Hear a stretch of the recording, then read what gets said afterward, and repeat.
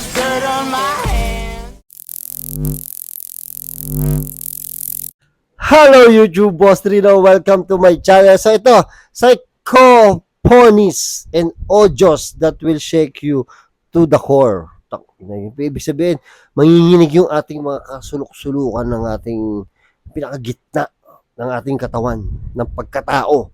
Ay, manginginig, sabi ni Darkest Secret. So ito, tirahin natin ito. Shoutout tayo mamaya. Tirahin natin ito bago pa tirahin na iba. Get ready, because my name is Leonor Clay. And this is The Darkest Secret. Shake you to the core. Ano pronunciation nun? That will shake. Today we present Psychophonies and audios that will Psychophonies and audios. Galing. Galing niya magsalita. Ito na, tumatawa lang ako kasi alam ko pa In natakot this ako. video, we will show you something that is directly linked to the theory of the 2 weeks. On August 16th, 2018, an entire country would be shocked after a human torso was found floating in waters in Chile. A human torso without a head or limbs was picked up by the police to carry out the respective May lumulutang na torso ng tao. Torso, ibig sabihin katawan, walang expert ulo. reports and figure out its identification. The result?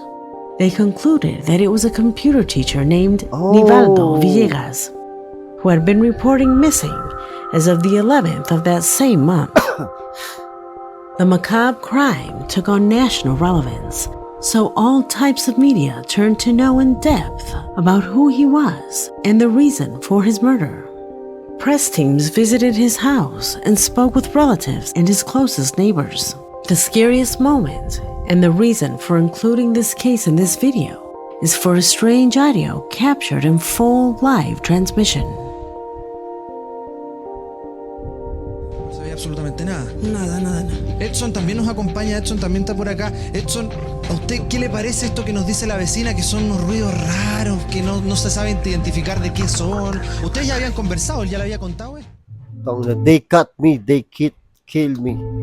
Que no se sabe identificar de qué son. ¿Ustedes ya habían conversado? ¿Él ya le había contado? No se sabe identificar de qué son. ¿Ustedes ya habían conversado? ¿Él ya le había contado? Identificar de qué son. Ustedes ya habían conversado. Saan galing yun? Saan galing yung audio? They cut me, they killed me. No se sabe identificar de qué son. They killed me. So, paano kapag salita pa yan? Eh, pinatay na siya. Ustedes ya habían conversado, él ya le había contado. Identificar de qué son. Ustedes ya habían conversado. As if someone were whispering with their mouth glued to the microphone, and within the first 2 weeks of his death, you can clearly hear in Spanish a male voice that says, "Me cortaron y me mataron," which in English translates to, "They cut me and killed me." It is believed that when souls leave their body in an abrupt or uneasy way, these return to the place where they had the most connection and manifest themselves in various ways there. Sometimes they only repeat patterns that they did in life, or in others they can communicate, like in this evidence. Kaluluwa na lang yung nagsalita, no? Takot. At that exact moment, the journalists were at the house where that crime was committed. A phrase that for many corresponds to a psychophony of the teacher himself, who made known what had been done to him. Kawawa naman. Do you know what the worst thing about this whole case is? All his relatives, including his wife, went out daily to ask for justice. His wife, who was closest to him, gave many interviews completely destroyed due to the murder of her beloved husband. As time passed, and after an intense search, the police included with reliable evidence that 2 people had been involved in the murder. Joana Hernandez, wife of Nivaldo, and Francisco Silva, her lover. Oh! Yung pala. Diba? Kaya pala pag ini-interview, balisa. Both were brought Yung to asawa justice niya at saka yung lover ng babae daw. and found guilty of murder. The reason for killing him? His wife wanted a house that was in Nibaldo's name. Since they were married by law, after the disappearance or death of her spouse, she could opt for the house. She wanted to stay in the house, living there with her lover. A brutal assassination that shocked an entire country. Currently, both are behind bars, and this strange and disturbing audio will stay in the collective memory of all Chileans that heard it live and direct that day. Number 3. Wala talaga sikretong hindi nabubunyag, ano? Tama ba? Hindi rin. Meron din mga ilan-ilan na hindi talaga natutuklasan. Pero ito mo ito, kinat na yung katawan, inalis na yung ulo, diba, tinapon sa dagat. May nakakita pa rin no? Talaga namang, wala talagang sikretong hindi nabubunyag.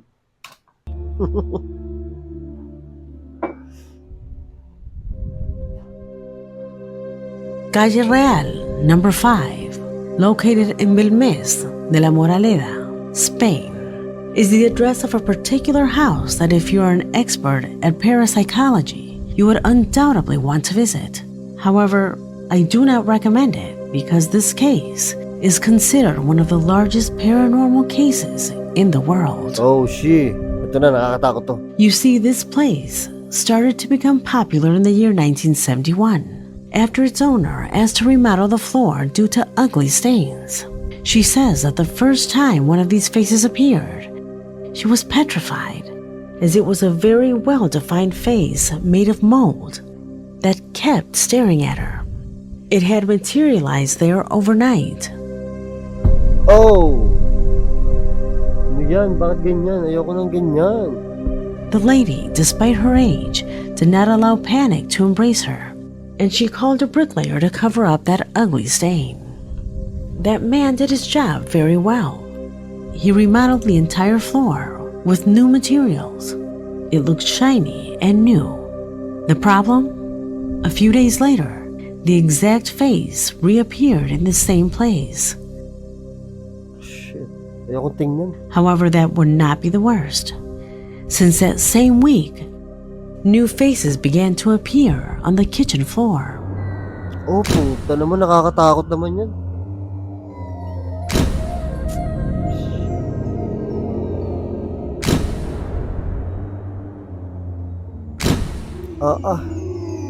Obviously, after this case became popular, there were many studies carried out. None were 100% definitive. Some thought it was a farce. They couldn't explain its origin. The reason was also studied. From there, they discovered that the entire town of Belmez had been built on a Muslim cemetery, dating from the 1200s. If this were real, something had to have happened there that keeps these spirits restless. Still to this day, new faces continue to appear. Although, in continuing with the theory of the 2 weeks, there are those who believe that spirits of the dead do not last that long in our plane. And in reality, this has an origin closer to the demonic, as if there's some kind of portal, some kind of hellhole that these things are trying to get through.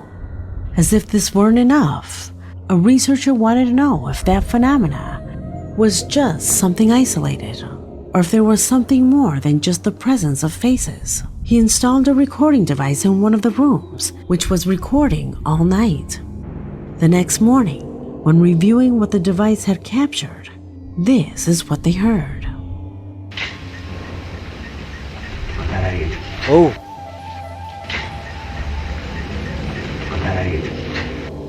Both those noises and the voice are obviously inexplicable, since he assured that the house remains completely empty that night. But without a doubt, the most impressive thing is that phrase that is clearly understandable. Matar a él is what it says, which in English means kill him. Patarael. Kill who? Who said it? If this is real, could they really be spirits? Questions that currently remain a mystery. Dami nakikita mukha, no? Nakakatakot yung ganyan, yung mga nabubuong mukha. O, ayan, no? Number 2. Number 2 pa lang? Ano ba yan? until now the greatest achievement of space aeronautics in the history of mankind is the arrival of man on the moon on July 21st, 1969, a historical event that would attract the attention of the entire world, but yet hid secrets that were not revealed until very recently. An audio that was recorded just a couple of months before.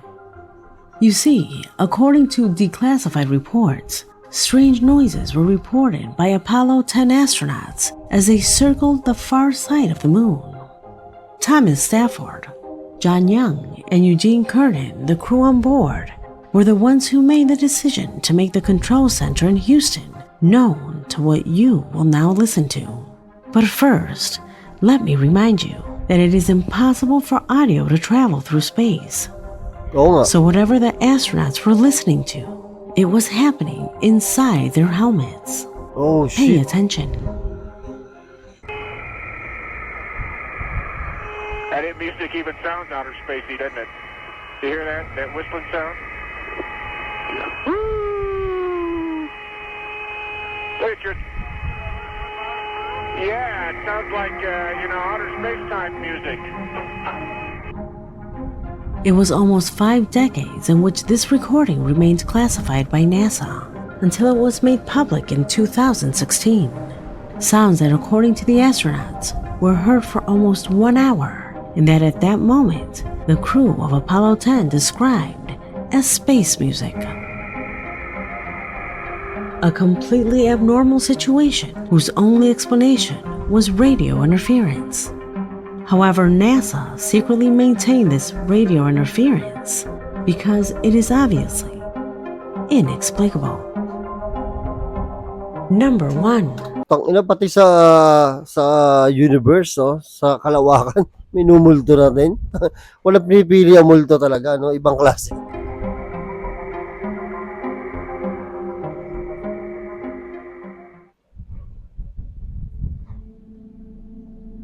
And we end this video with what is perhaps one of the most disturbing psychophonies that are known in Spain, and specifically in Madrid, its capital. The Palacio de Linares is an old building located in the center of the city that, according to popular rumor, is a palace where employees and guards reported having experienced strange events, such as inexplicable noises, dogs that refuse to enter certain areas, and the most shocking, the cries of a girl. Ito na. Umiiyak na ba? Rumors that in 1990 they tried to explain, deny them, installing a recording device in one of the rooms. What was heard from those recordings continues to give chills to this day.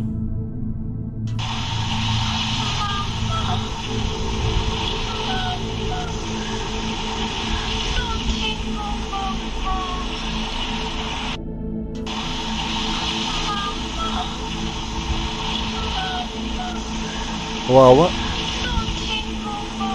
Nakakilabot yung boses. Pag earphone kayo parinig. Ow! That's what you hear in Spanish, something that translates to, Huwag ganyan ang pa. Mom, Mom, I don't have a mom. Kawawa naman. An English girl's voice who cries out for her mother makes those rumors that circulated from mouth to mouth even more credible, positioning this ancient building in the first line of visits for those who are eager to live and experiment with what simply has no explanation. Did you know about these psychophonies? Would you like more videos analyzing this type of phenomena? Let me know in the comment box, because this video has come to an end. My name is Leonor Clay, and this was The Darkest Secret. Mahirap yung yung ganyan, yung puro boses lang, no? Kasi hindi natin masyado maintindihan English eh. Parang wala, iba kasi yung may nakikita multo, kaya puro boses lang. Diba? Parang nakakatakot siya. Lalo yung una, yung minurder na teacher, nakakatakot. Kasi totoo no? So ito, shoutout tayo mga tol. Shoutout. Shoutout kay Joan Requiro. Diba? At saka shoutout kay Air France Francisco. At saka kay Ervin Josh Francisco, name ng anak ko. So shoutout sa inyo ha. So shoutout kay Yogs BM Lop TV. O subscribe niyo siya, mukhang may channel siya. Tapos shoutout kay Juan Miguel Labares ng Cagayan de Oro. Shoutout kay Mali Caleo, me and my 2 kiddos. Gustong-gusto ka panoorin. Mga bata niyan. Alam mo yung mga bata niya, kaya nanonood yan dito sa akin. Kasi tuntua yan sa kalbo. Alam mo mga bata, mahilig sa kalbo yan. Shoutout kay Margie Pagaw. Ayun. At shoutout kay Katrina Diaz. Shoutout kay Jean Samas. O, wag ka na magtampo ha. Nagtatampo daw siya. Hindi ko daw siya na shoutout. Ngayon ko lang nakita eh. O, di ba? Jean Samas, shoutout sa'yo ha. Shoutout kay Love Marie Tapales. At shoutout kay Lynn Aducal from Jeddah. Shoutout sa'yo ha. Ingat ka dyan sa Jeddah. So, shoutout kay Rachel Pacquiao. Ano si Pacquiao? Shoutout sa'yo ha. Joselito Doma, shoutout sa'yo. So, ayun. Maraming salamat sa panonood at hanggang sa I came from the mud. There's dirt on my hands.